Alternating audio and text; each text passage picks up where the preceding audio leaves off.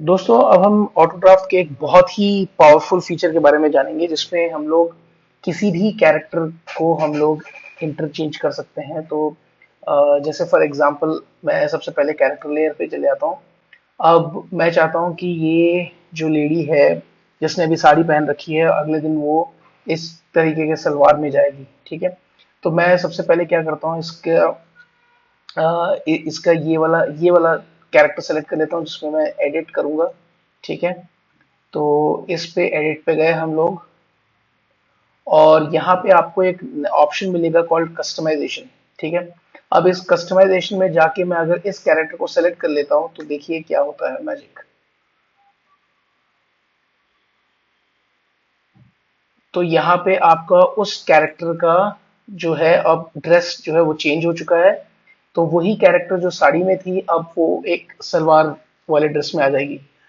अब आप इसको टेस्ट भी कर सकते हो, प्रीव्यू पे जाके अपने सारे एनिमेशंस जो भी हैं वो देख लो।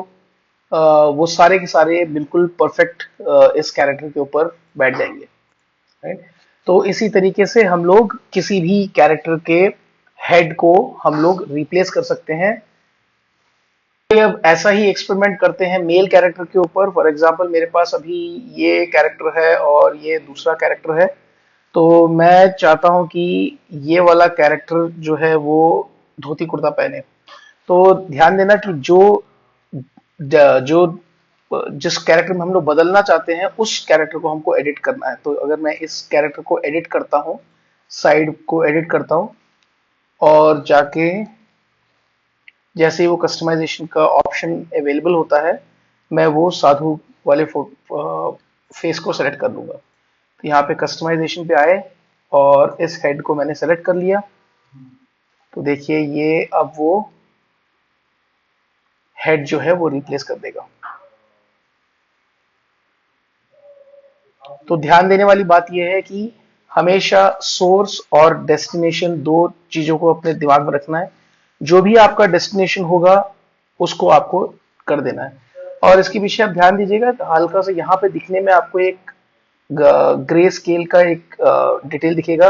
उसमें आपको टेंशन लेने की जरूरत नहीं है। आप सीधा प्रीव्यू में जाइए और देखिए कि वो सारे के सारे एनिमेशन जो भी थे वो सारे के सारे एप्लीकेबल हो जाएंगे।